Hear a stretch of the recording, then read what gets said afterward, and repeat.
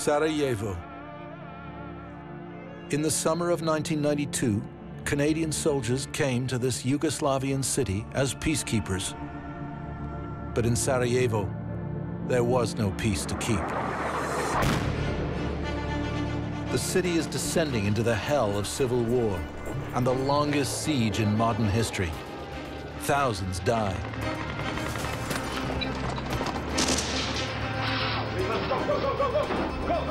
The carnage was just unreal. People in Canada have no concept of what took place there. And it was just an ongoing nightmare. Puis là, on a vu sur les murs écrit "Welcome to hell." Canadians are sent here to bring in aid. They do. But what's been hidden until now is that the soldiers go a lot further. The Canadian public didn't know what we were doing. We went well beyond our rules of engagement. Outgunned and outnumbered, the Canadians still manage to save lives. But they also confront warlords and take out snipers with deadly force. I let go to animalistic behavior, and it felt good to kill. I did what I had to do. When they get home, nobody talks about what happened. And some of the soldiers pay a very high price. It's something I've lived with for 20 years. Now, for the first time, the key players from the generals down to the grunts tell their story. The story of Sector Sarajevo.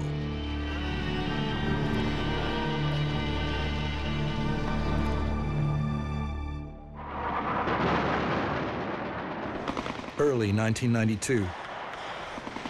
Communist-led Yugoslavia is breaking apart in a series of brutal civil wars. The Yugoslav Republic of Bosnia-Herzegovina is home to all the main ethnic groups: Serbs, Croats, and the majority Muslims. They all live together in the capital, Sarajevo. But now, the majority of Bosnian Muslims and Bosnian Croats want to separate from Yugoslavia. The Bosnian Serbs want to stop them.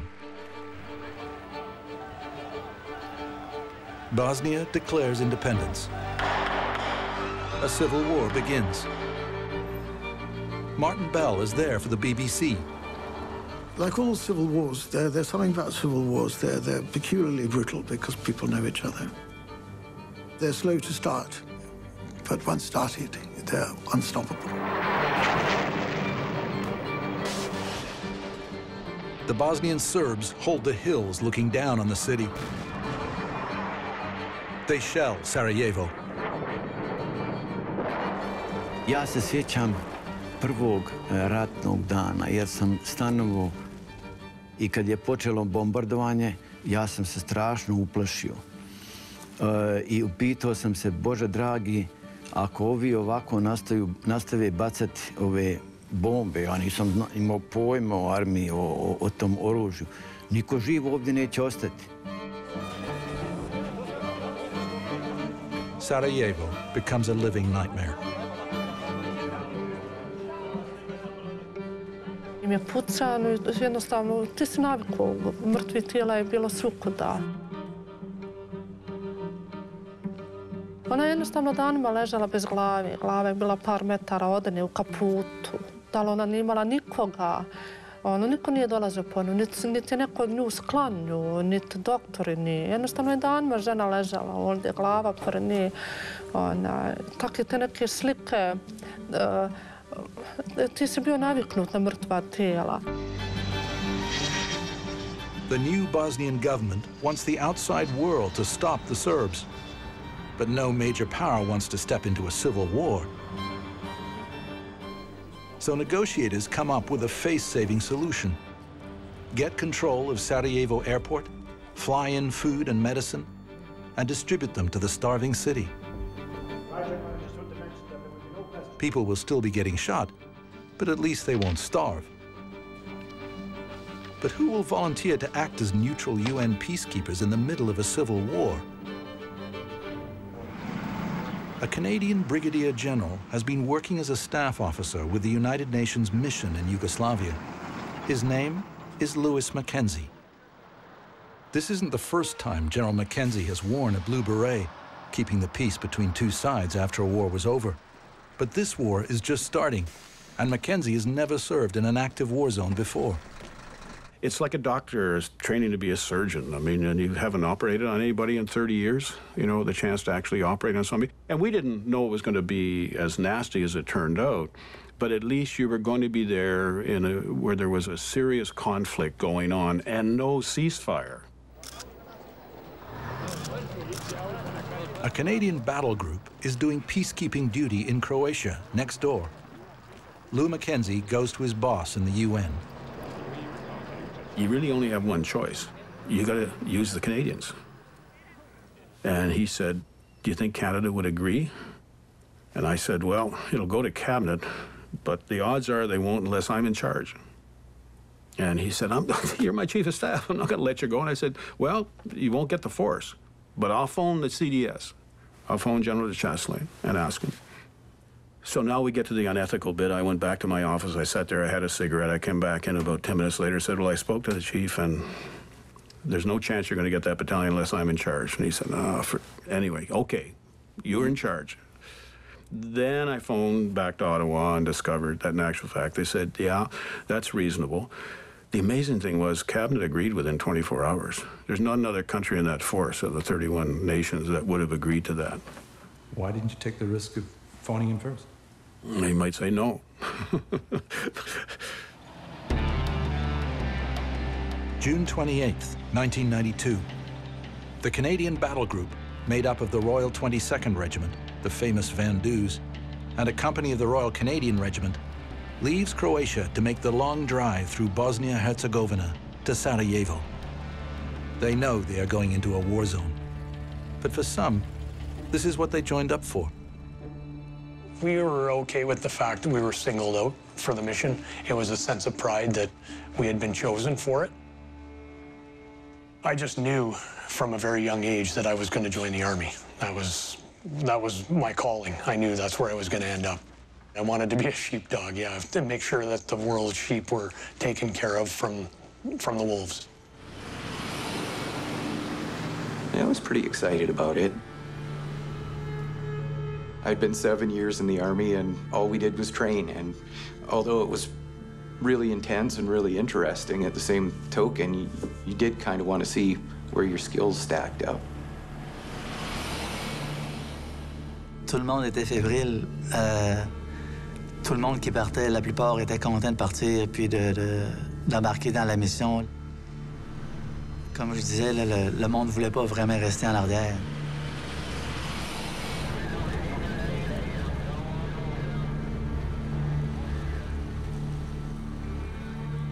We knew that going to Yugoslavia wasn't going to be just a regular peacekeeping mission. 147 peace agreements had been written and subsequently broken through bloodshed. So we knew we were going to be walking into a hot zone for sure. The mission is supposed to last just 30 days.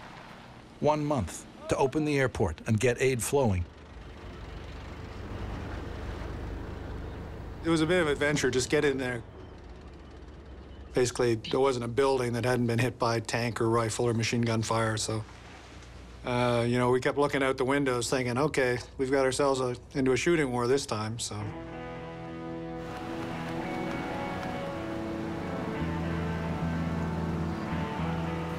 At first, the Canadians are greeted as heroes.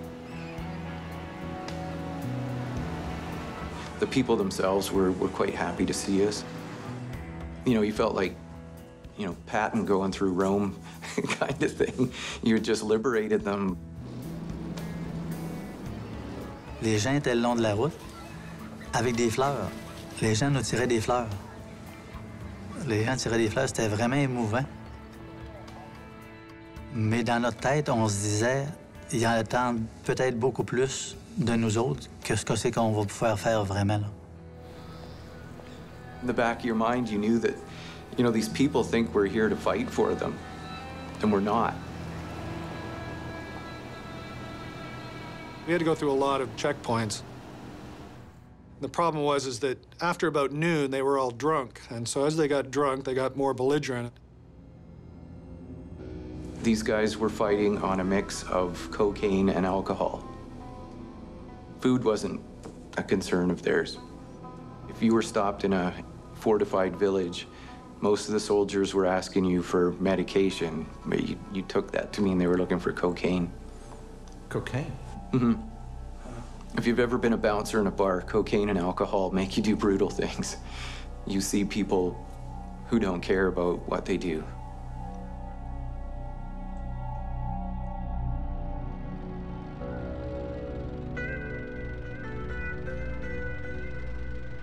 We got stopped not too far out of Sarajevo by one of these warlords.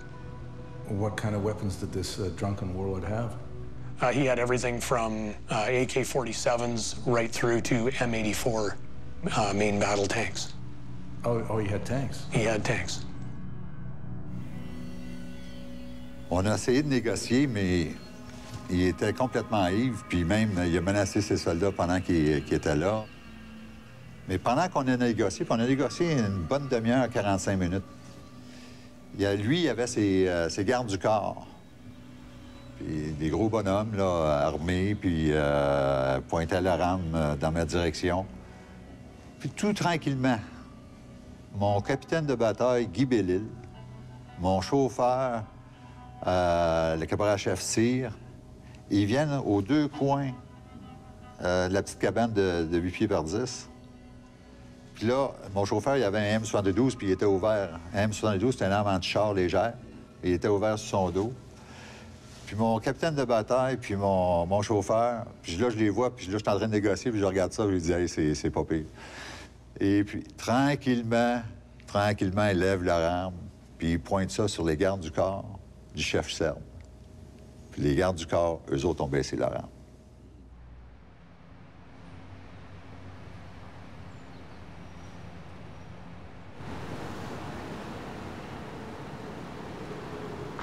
The battle group arrives in Sarajevo on July 2nd. There is incoming fire and bodies everywhere.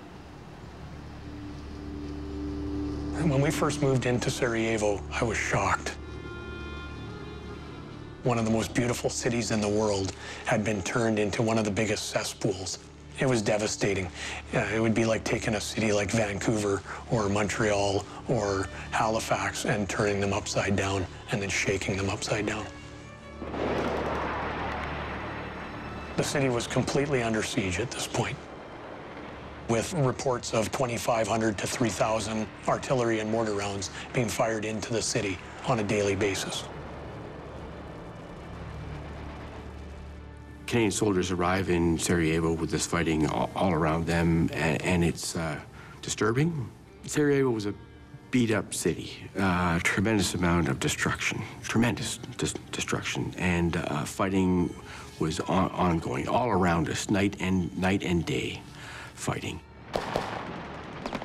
It was a new thing for Canadian soldiers to arrive and see and be exposed to and be shot at for the very first time.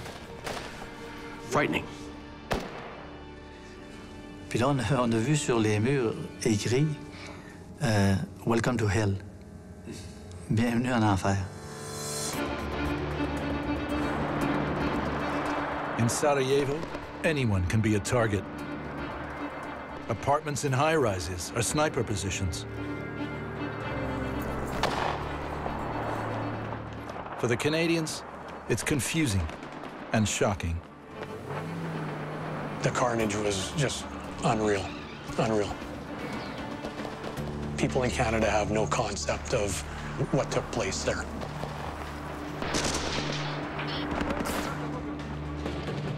On the first day actually coming into Sarajevo, I witnessed a pregnant woman being shot. I was within minutes of driving through the city gates. She was wearing a long dress, and she was on the other side of a large open area, and I just happened to look over in my usual way of scanning the surroundings, and they shot her right in the stomach, and down she went. welcome to Sarajevo.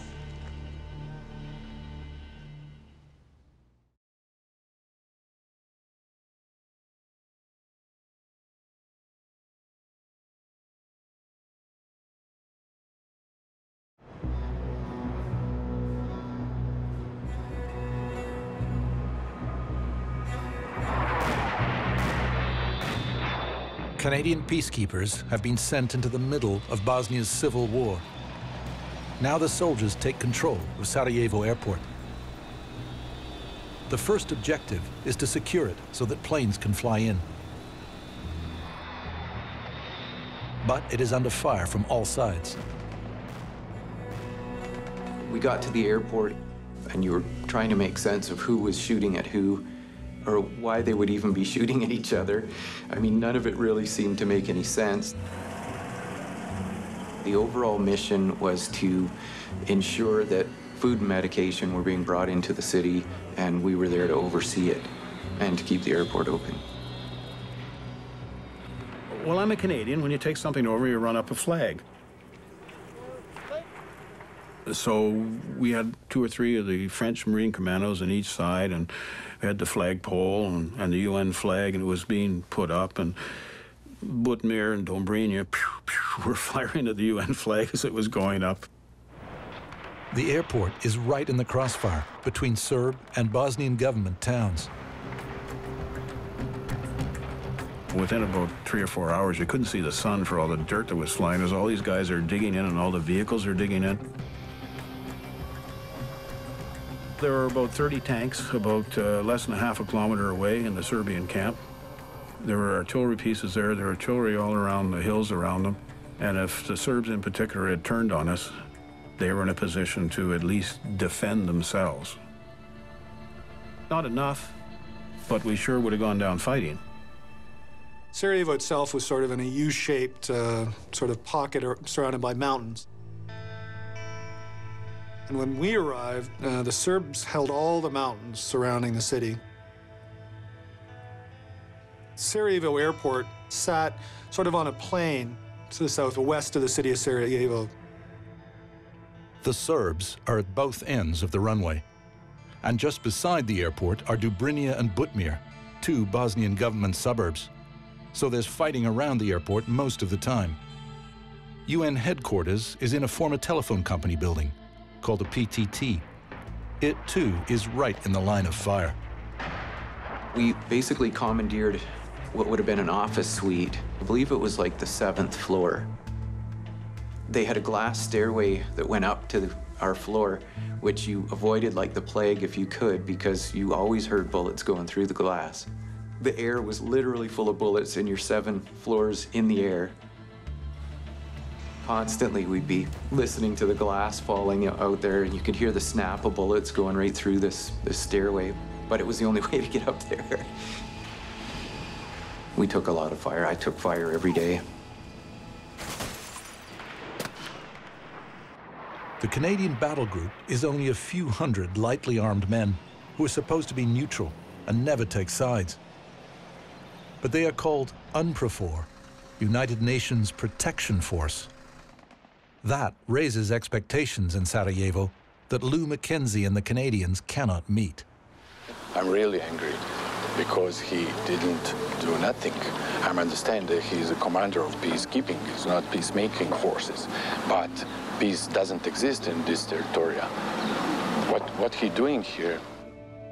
There was a lot of misconception within the Bosnian and Serb and Croatian ranks that we were there to assist the other side. So the Serbs thought we were there to help the Bosnians thought we were there to help the Serbs. Nobody really understood what we were doing there except for us.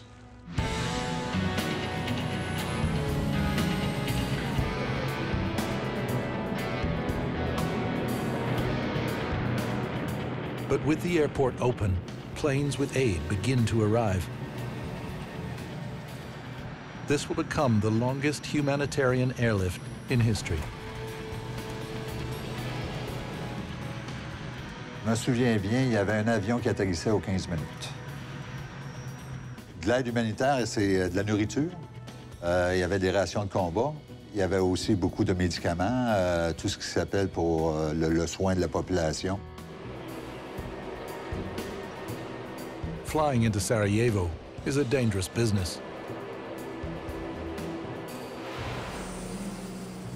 There was numerous times when I was on the airfield watching the aid planes come in from whatever contingent. They'd come in and they'd get strafed with automatic fire from the hills and from either one of the residential areas just off the airport, Dobrinja or Butmir. They'd receive flak all the time. It was definitely a crazy thing for the locals to shoot at the planes because they were bringing aid into their city. Like, it just didn't make any sense, other than maybe there was the thoughts that they were going to use that against them. They were going to supply the other side. But just foolish shots, totally.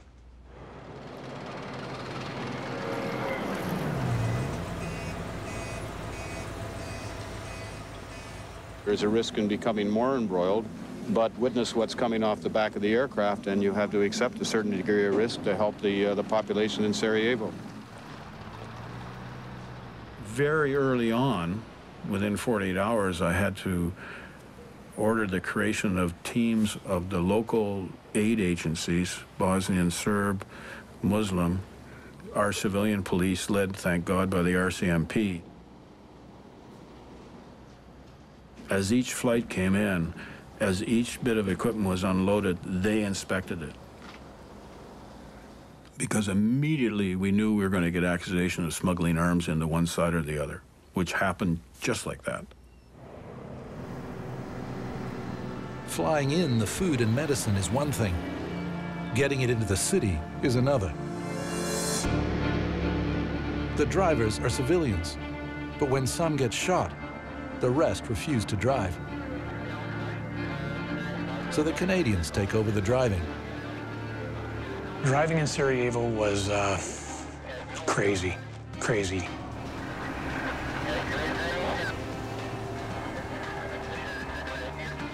You had to be switched on all the time to make sure you were going to be able to traverse that city without getting killed. It was a constant battle every day. There was machine gun fire just raging down that road. But because I was in the armored vehicle with my headset on, I couldn't hear the fire.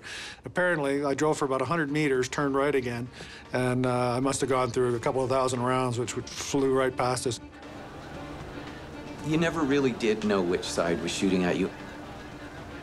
I mean, you were in a gigantic armored vehicle. It's 13 tons of armor. It's got this really loud exhaust, and to be able to tell that you even got hit by small arms fire was almost impossible. A peacekeeping mission means working under United Nations rules that were never designed for an active war zone, even when the soldiers are dodging bullets. The UN mandate for returning fire is crystal clear. They say that you can only fire when fired upon, or if you witness civilians or your own equipment being engaged.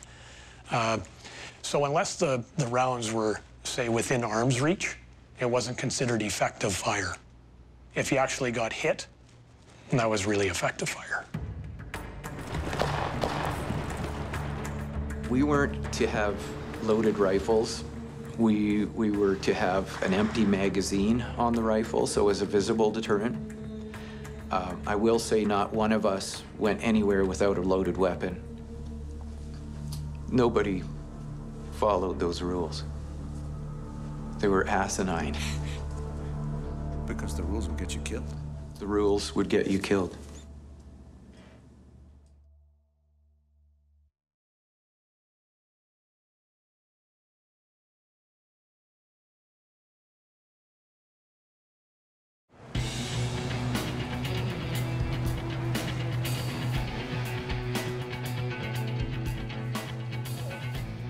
The Canadians have opened an airport in the middle of a civil war. Now the Blue Helmets bring food to the desperate Sarajevans under siege. Pa mislim da bi mi svi pokrepali, a ne pomrli, već pokrepali, da nije bilo tog zračnog mosta I te pomoći. mi nismo imali zaliha u gradu da bi mogli preživjeti. Znači, ta pomoć je bila sudbonosna. Da nje nije bilo, mi bi se sami međusobno poubijali za komad kruha, poubijali nas oni odozgo s brda i pokrepali od gladi. But often, aid is stolen and resold for profit. Jedan dio stanovništva, na primjer, koji nije, kako da kažem, nije ga interesovao ni rat, gledao je kroz rat da dođe do svog profita. So I went to the High Commissioner for Refugees and said, you know, we're risking people's lives down here, and it looks like a lot of this stuff is going to the black market or the Bosnian Muslim militia, the soldiers who are fighting to defend the city. And she said, any idea? And I said, well, it was 60, 70%. She said, that's not bad. There's nothing unique about that. Yeah. The Canadians defend the aid when they can. Scott Casey is escorting a convoy from the airport when 4 armed men try to hijack it. And as we came up to their position, one of them put his hand in the air for us to stop, and we were not going to stop. So he leveled his AK-47 at our APCs and our convoy, and that was a bad mistake for him. The crew commander of the lead APC opened up with the 50 cal and cut him in half, and then shot us, the second man. The lead APC drove over the body, and then I was right behind him, drove over the body of that first fellow that lowered his rifle. So we took care of business.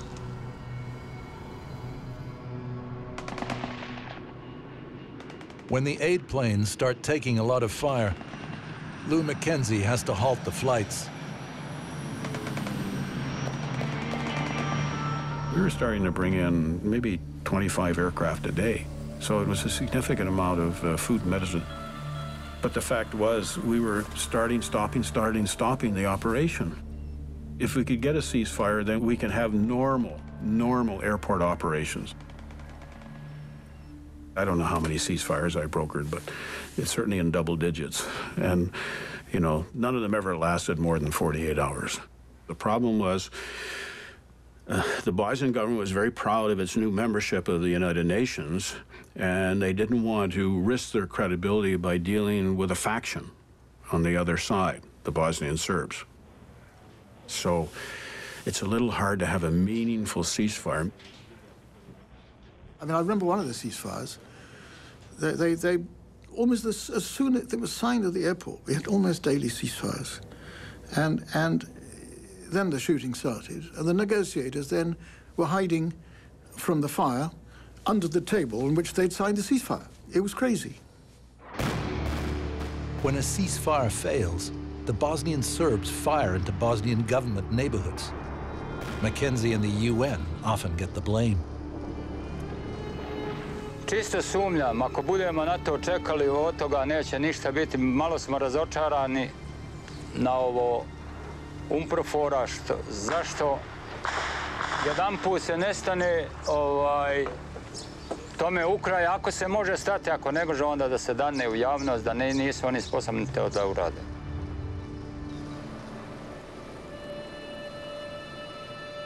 What the Bosnian government side wants is armed intervention by the world to stop the Serbs attacking Sarajevo. The peacekeepers can't do that, but they try to help in other ways. A Serb sniper in a high-rise has pinned down some civilians. A kako sam ranjena, da vam kažem.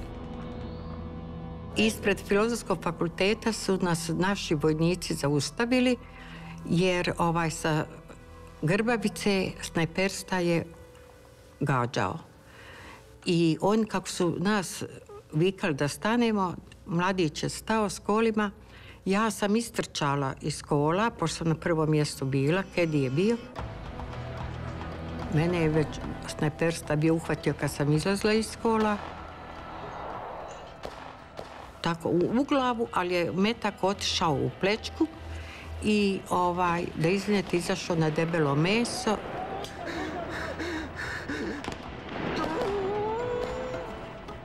Kaže, ovi sad vojnici viču, gospođo, ne mičite se, jer će vidjeti da ste živi, pa će vas ponovo gađati. I ja sam tako zamrla tu. As Ida Kekic lies wounded and helpless, two soldiers of the Van Duze stop their armored vehicle. Captain Guy Belil and Sergeant Mario Foray. J'ai crié au capitaine Belil, j'ai dit « Couvrez-moi, capitaine, j'y vais. » Fait que je suis descendu sur la rampe, à genoux, à quatre pattes. Je suis arrivé à côté la première personne. Lui, il était mort. Il y avait une mort de sang.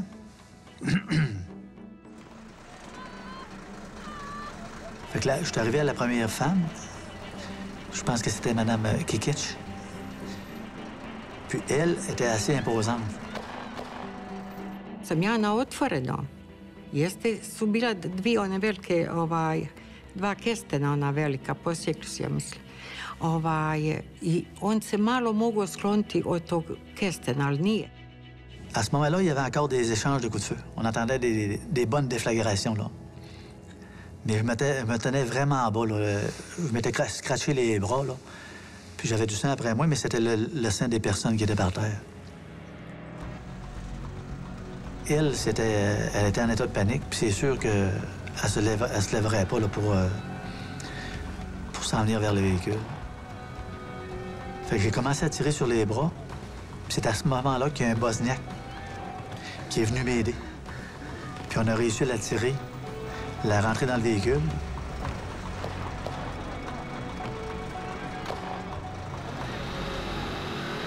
Foray manages to get Ida Kekic to hospital. I željela bi da mu se zahvali. Ja sam mislila da će on biti, pa da ga poljubim kad mi je spasio život, stvarno. But not everybody is complimentary, as Martin Bell reports. It's a dirty war, and the UN troops, because they left the civilian bodies behind, do not get due credit for their valor. They want to take our people out, I know. If there would be Serbs lying there, they would do it. What was most disturbing is roundly condemned by the people in the area for not going back and removing the cadavers. As none of the locals were making an effort to do anything, these Canadians were blamed for just rescuing the wounded rather than going back and risking their lives until the fight was over to drag the cadavers off.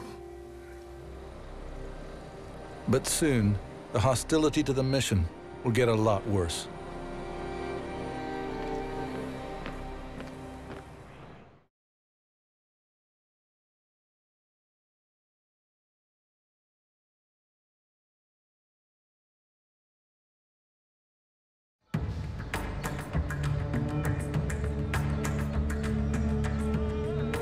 The siege of Sarajevo is getting worse, and Canadian peacekeepers are under daily fire. Now their commander, Lou Mackenzie, begins to get death threats. The government side, the majority Bosnian Muslims, claims the Serbs are threatening his life. The Serbs claim the same for the Bosnian side. The intelligence guy for the Bosnian Muslims said, "We have some disturbing intercept for you." So I go over and listen to it, and it's allegedly the Serbs talking about burn him, burn him, burn him to death. Somehow they found out that the way I didn't want to die in life was to be burnt to death. I get back to my headquarters, and the Serbs want to speak to me. So I go and sit down with them. And it's allegedly Bosnian Muslim intercepts. We want to burn them, burn them, burn them. I mean, it was just this stupid friggin' game going on. Under threat from both sides, Mackenzie gets a visitor from Ottawa, his superior, General John de Chastelain. I wanted to see for myself what was going on. I wanted to judge how Lou was. He'd been put under enormous pressure by by very difficult events. His life had been threatened, as you know. And I wanted the soldiers to know that we were there to find out what was happening and to get from them what we needed to know in terms of supporting them. But Mackenzie confides that his biggest worry is that his own personal unpopularity is threatening his soldiers. And for good reason, because my troops, my frankness, I guess, had made me so unpopular with the Bosnian side that my soldiers are now being threatened in my name. It wasn't you're a soldier with UNPROFOR, you're a Mackenzie, you work for Mackenzie. And the last thing I would want to see are people being killed in my name.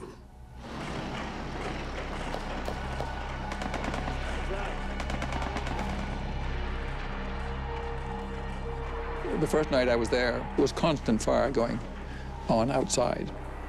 Small arms fire, machine gun fire, occasionally rocket-propelled grenade fire. And eventually I got out of the bed and slept under the bed on the floor. The next morning, a corporal with the man dude brought me a cup of coffee and said, how'd you sleep? And I was about to say, not terribly well with all that noise going on, but I didn't. I said, okay, how about you? He said, first quiet night we've had in weeks. The next day will turn out to be one of the most traumatic of the mission. One of the kids who lives in the mixed neighborhood nearby is a 16-year-old Bosnian Serb called Dragana Perisic. I onda ona rekla, bacaju bombone, čula je UNPROFORci. I onda smo otišle do PTT i usput smo, kako smo sišli pješke do Afaze, tu je bio od moje sestre Slađane njen prvi momak musliman, mislim da se zvao Elvir. Pitali smo njega da li on hoće da ide, on je poveo brata, tako da se već stvorila grupa nas djeci. We often had kids that came to the PTT building. They were more or less looking for food and a little bit of safety, I think, because when you're out in a neighborhood, you're a fair target. But if you're around a UN building, I guess they saw that as a safer place to be, although we got shelled quite a bit too in the building. And I'm on the second floor of my headquarters building looking through bulletproof glass down to the front of the building. 3 of my officers were passing chocolate bars through openings on the side of the building. I was looking at one girl in particular, tall, blonde-haired, blue-eyed, looked up at me, a little emaciated, but other than that, she reminded me of my daughter. Na svakom prozoru bili su ti vojnici koji su onako nonšalantno bacali. I baci ovdje, ti potrčiš tamo, oni bace tamo, ti potrčiš tamo i onako raštrkani, da što više ufatiš, da možda i kući poneseš. I happened to see that there was one little girl and she kept getting shoved out of the way by these bigger kids. So I told my buddies to go down to the next window, you know, kind of drag the crowd with them. And as they did that, I called the little girl back, and she did. She came back, and I threw out a bag of chocolate-covered raisins or something to her. And so as it fell to the ground, she ran forward to pick it up. And she knelt down, she picked it up, and she looked up at me and blew me a kiss. And suddenly the whole building rocked, and a whole stonk of 4 or 5 mortar bombs came in. The mortar bomb, it was a big one. Landed, went by me and landed right in the middle of these kids. 2 of them disappeared. I mean, we're talking, the shrapnel just tears the body apart. The girl I was looking at was decapitated, blown back out in the street.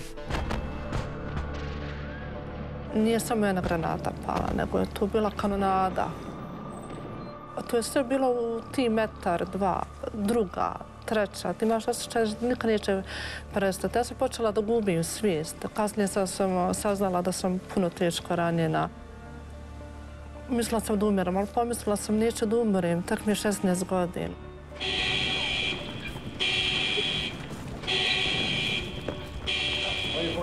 We all rolled out of our bunks, ran for the basement, which was our drill. And we got down there, we did a head count, we realized Greg was missing. And he'd actually looked down when the rounds hit and saw the kids blown to bits, and instead of going to the basement where we were supposed to go, he ran outside. Our warrant officer ran out after him, and they tried matching up arms and legs with, bodies, and it was pretty much a nightmare.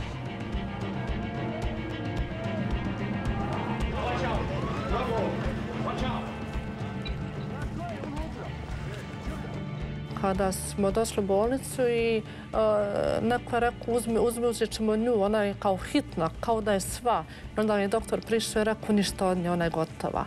Ja sam tada rekla,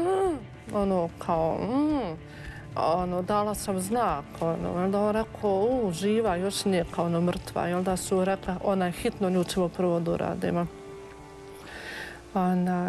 Ja tad nisam znala da mi je sestra poginula i njen momak poginuo. It's something I've lived with for 20 years.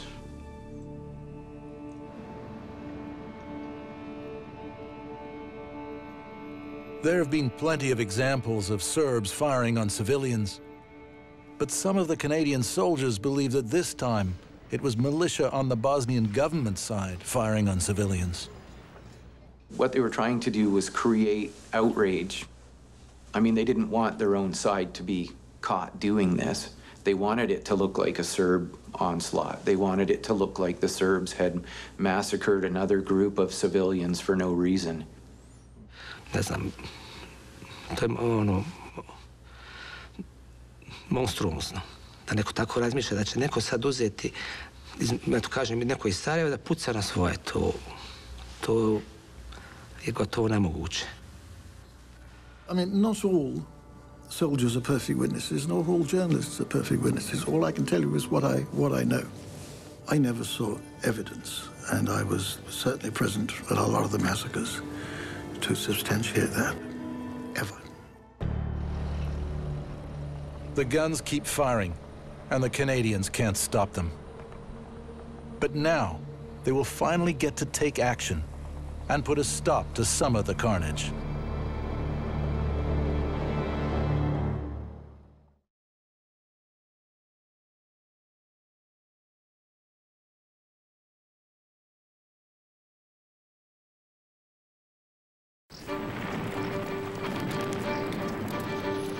Sarajevo is a town of high-rises. In a war, any window can hide a sniper.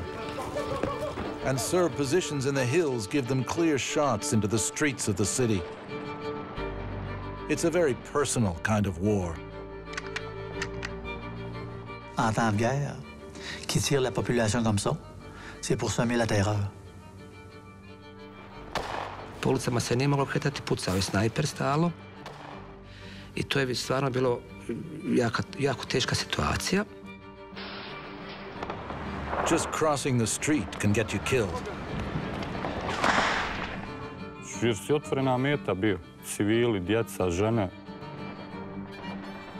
The snipers have free rein, and the Canadians are merely witnesses. There was a woman with 2 children carrying makeshift water containers. All of a sudden, the little boy just fell. And I was watching, then I realized he'd been shot. And the mother turned because she heard her boy scream. And she went back, and she was shot too. And she fell on top of him. I was just distraught. Put my helmet on and my rifle, and I just had to get out of there. So I did. I just went for a walk across the airfield. I didn't even care if I got shot at that point.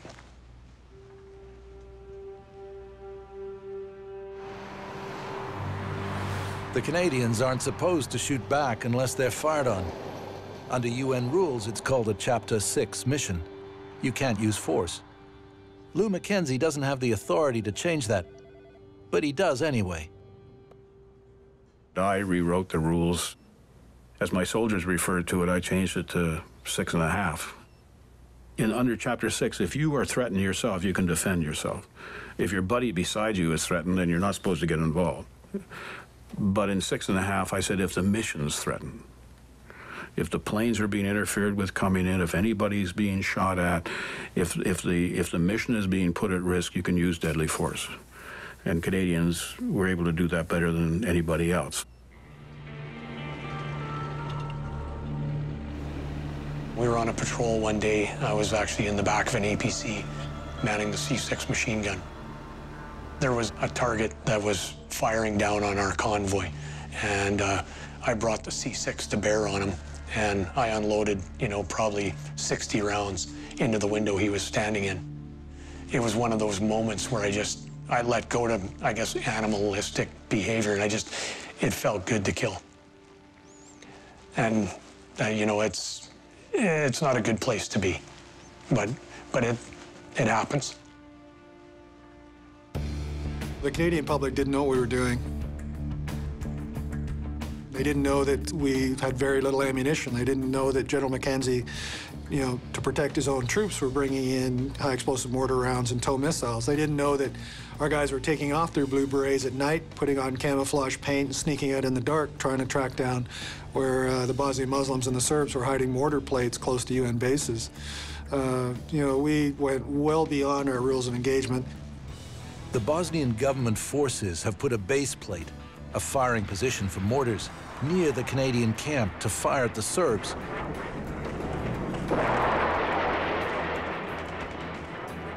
But the Serbs fire back at the town and the Canadians.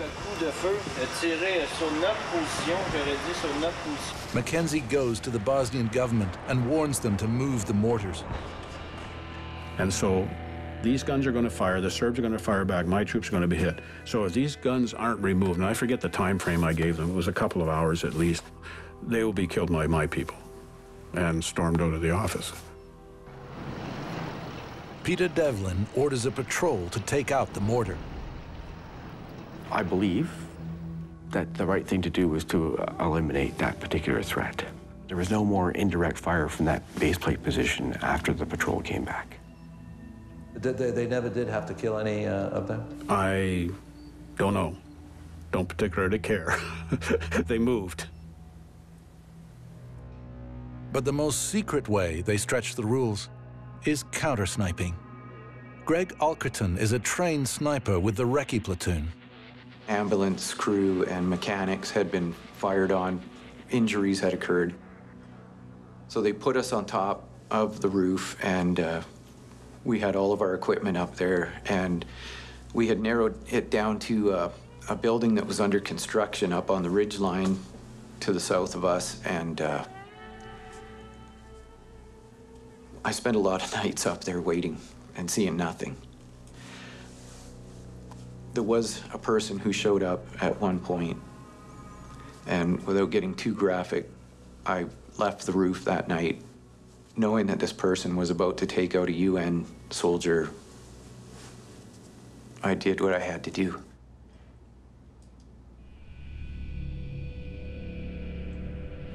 Basically, I went through taking that shot, the 4 rules of aim.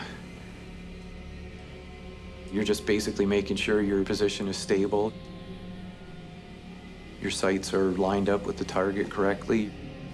Your breathing is proper and your trigger pull's even. It's a non-thought process until it's over.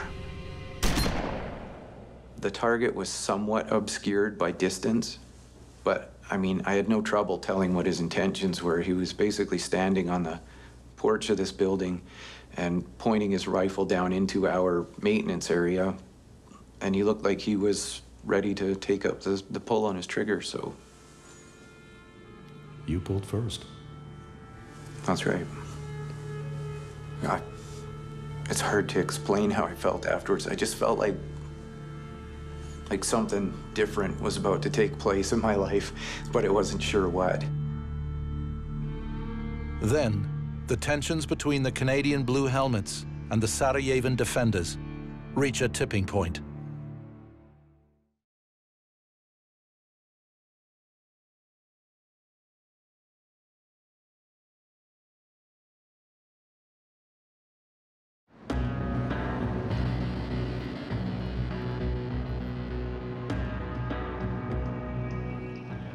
On July 20th, 1992, suspicions that the Canadians are favoring the Serbs come to a head. and very nearly destroy the mission. A convoy of reconnaissance soldiers prepares to set out in the afternoon for a Serb neighborhood on the edge of Sarajevo. We got given a warning order for a mission. They were planning to open an aid route in the city. They wanted to go through a Bosnian Muslim neighborhood, cross no man's land, and then get into Serbian lines that way. We're trying to open up a distribution site on the Serbian side. And so it was important for us to have a distribution center on the Serbian side. So we were going there to deliver aid and to make the arrangements to be able to deliver goodness to the Serbs. Some on the government side don't see it that way. The convoy heads for the Serb neighborhood. It's right on the front line. So as we pulled into the Bosnian Defense Force checkpoint, it was sort of like a very narrow boulevard.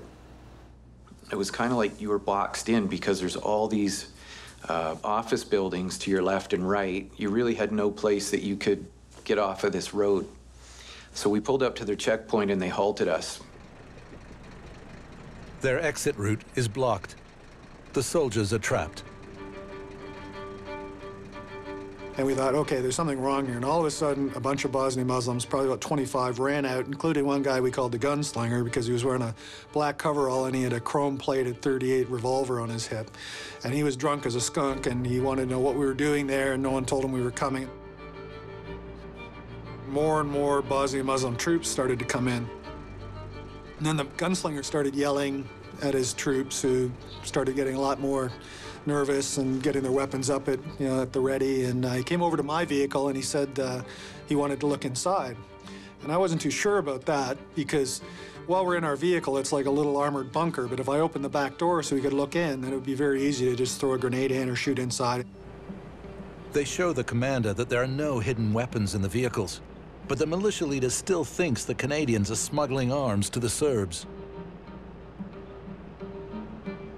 So after a lot of arguing at the back of our vehicle, at one point, this commander basically looked at one of his younger lieutenants and said, "Kill them," and walked away.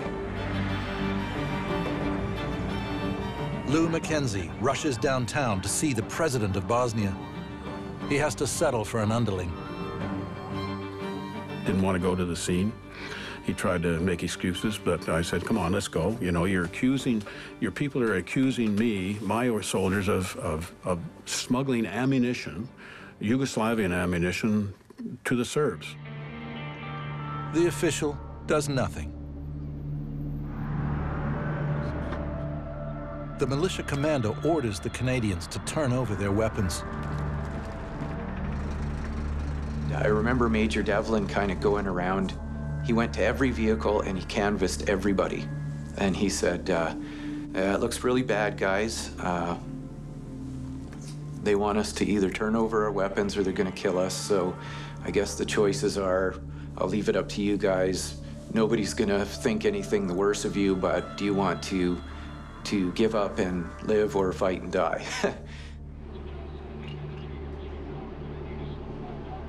The men choose to stand their ground.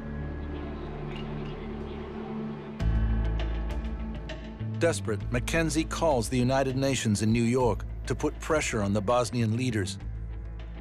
But at the UN, it's not a good idea to call outside of office hours. I mean, this one guy I talked to when I phoned the UN didn't even know that Sarajevo was in Yugoslavia or Bosnia-Herzegovina. He asked me where I was, you know. He said, which mission are you with? I said, UNPROFOR. And he said, which country is that in? You know, former Yugoslavia, and where are you? I'm in Sarajevo. And what do you do? You know, bang. I ended up hanging up on him. Jim Davis goes from vehicle to vehicle. I just told all the guys, they got their grenades ready. We had our M72s. So I started designating targets for all of our guys, who they were going to shoot first. Jim said, you know, boys, pick a target, pick somebody you want to take with you, basically. That's the way we were looking at it at the time. I had a picture of my daughter and an ultrasound picture of my son, who was on the way. I took them out of my wallet. I put them right on the vehicle deck in front of me. I figured if I was going to fight it out, have some pictures, some family around, I don't know. I remember apologizing that I'm not going to be there for you guys, kind of thing. So it was that serious of a situation. A UN reconnaissance patrol of 24 men was today held up at gunpoint by Bosnian forces who demanded that the UN troops hand over their weapons. The BBC's Martin Bell is about to report on the standoff. Mackenzie takes his videotape and manages to get to the president of Bosnia and threaten him. This is going to be a really, really big story, and you're going to be on the wrong end of it. And the media is going to take this. You're threatening to kill, you know, UN soldiers, bringing humanitarian aid to the other side.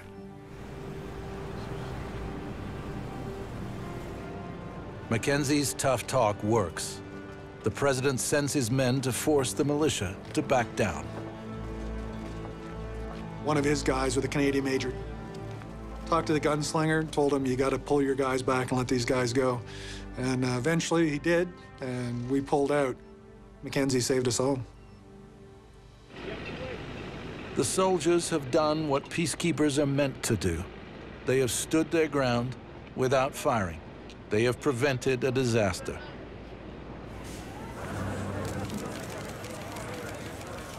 Using the media helped Lou Mackenzie, but the next day, it's his undoing. My low point happened at an international press conference down at the presidency, the Bosnian presidency. And I was working with an interpreter on my right. And they were asking me about, an English reporter asked me about a ceasefire. And I said, ceasefire, you know? We have evidence that both sides shelled themselves in order to create a particular image. I got so frustrated at this a month ago, I said to both leaders, if you'll stop shelling yourselves, maybe we'll have peace around here. That went international. And the UN phoned Namibia and said, I think maybe you better recall Mackenzie and have a chat with him. What Mackenzie has said is too much for the United Nations. He is removed from his command. The Canadian mission in Sarajevo is due to end anyway, but not like this.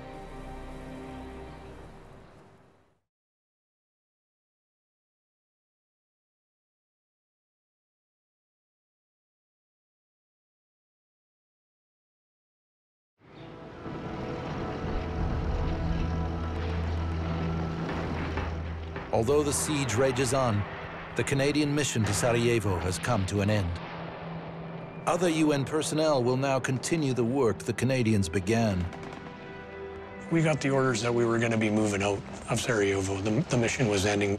There was a multitude of questions going on as we're leaving, and one of them was, had we done a good job, so good that now we can leave?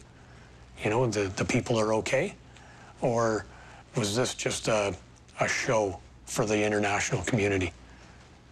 Because if you're starving, it's not going to be over in 1 month, especially with the siege that was going on. So there's lots of questions.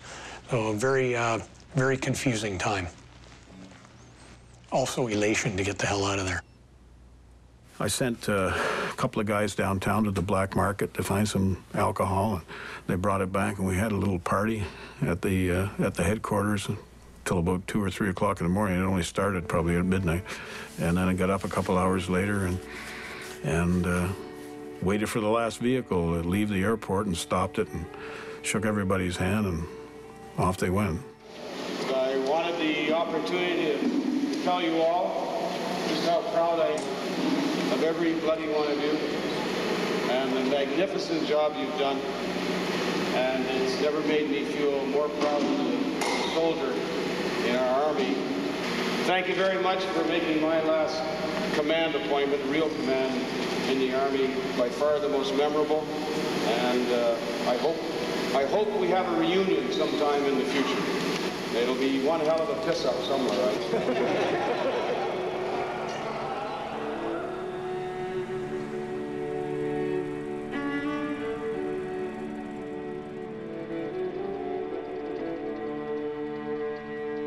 We sort of felt like we were abandoning this mission. I really didn't want to leave. I remember leaving the neighborhood where the PTT was located and just seeing the burning buildings all around it and just feeling terrible about the situation. I was clearly upset, I mean, to the point where I was in tears on several occasions.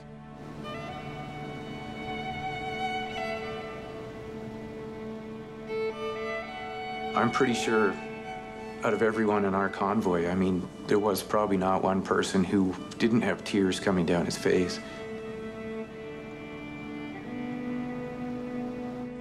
Whether it was just pure relief to have gotten out of there alive, whether it was out of sorrow for the people that were left there, I can't answer to that, but I just know a lot of us had very emotional feelings about leaving.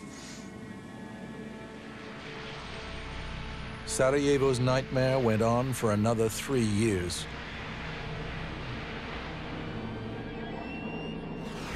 Finally, in 1995, NATO committed to destroying Bosnian Serb forces, and the siege was lifted. Bosnian Serbs and the Bosnian government side agreed to a peace plan. The fighting finally stopped.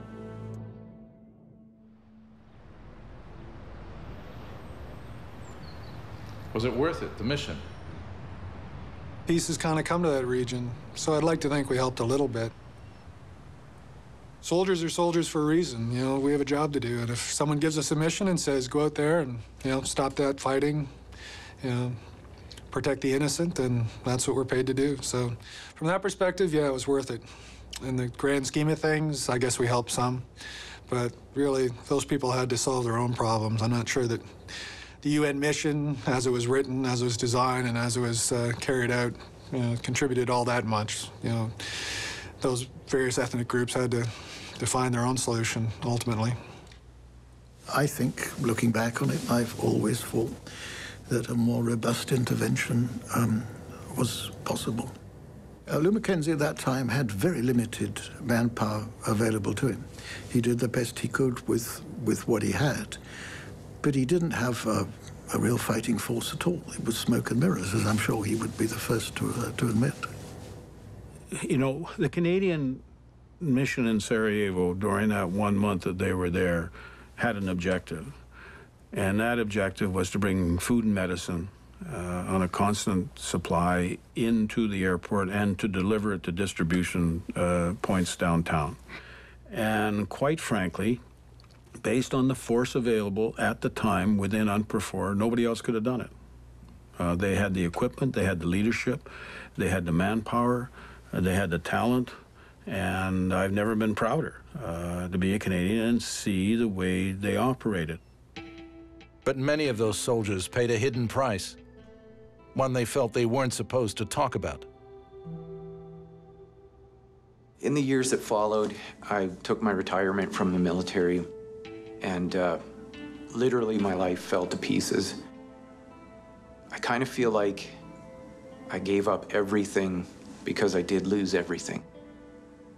I lost my family. I became homeless for a while. I pretty much became hopeless for a while. I would self-medicate quite regularly, and I couldn't cope with what I had seen. That's what it was? Mm-hmm. It was horrible. I mean, to go to bed sober, I would see the little girl's face that died in Sarajevo. I would see thousands of, you know, sad, disheveled people who I couldn't help.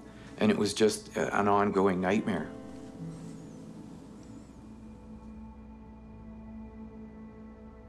Since our tour ended, in the years after that, I've lost quite a few friends through suicide. Many of them have taken their own lives. In fact, just as recently as a few days ago, one of the guys from our tour ended his life, tragically. Yeah.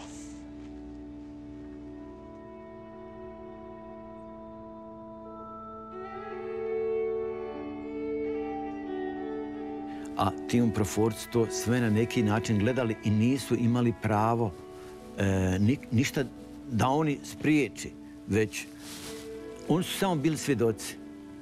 Tako da su i ti vojnici, po mom mišljenju, bili mučenici. I oni su to preživjeli veoma teško.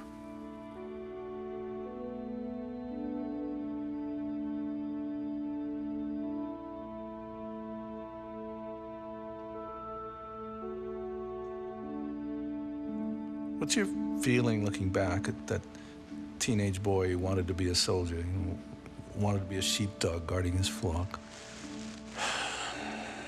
Did I fulfill the sheepdog persona that I was looking for? Yeah, I did. Yeah. It may not have been a long time thing, but I held the wolf away for some time while I was there, and I didn't let him bite me, and I did my best to keep him from biting the sheep. Yeah, for sure. For sure.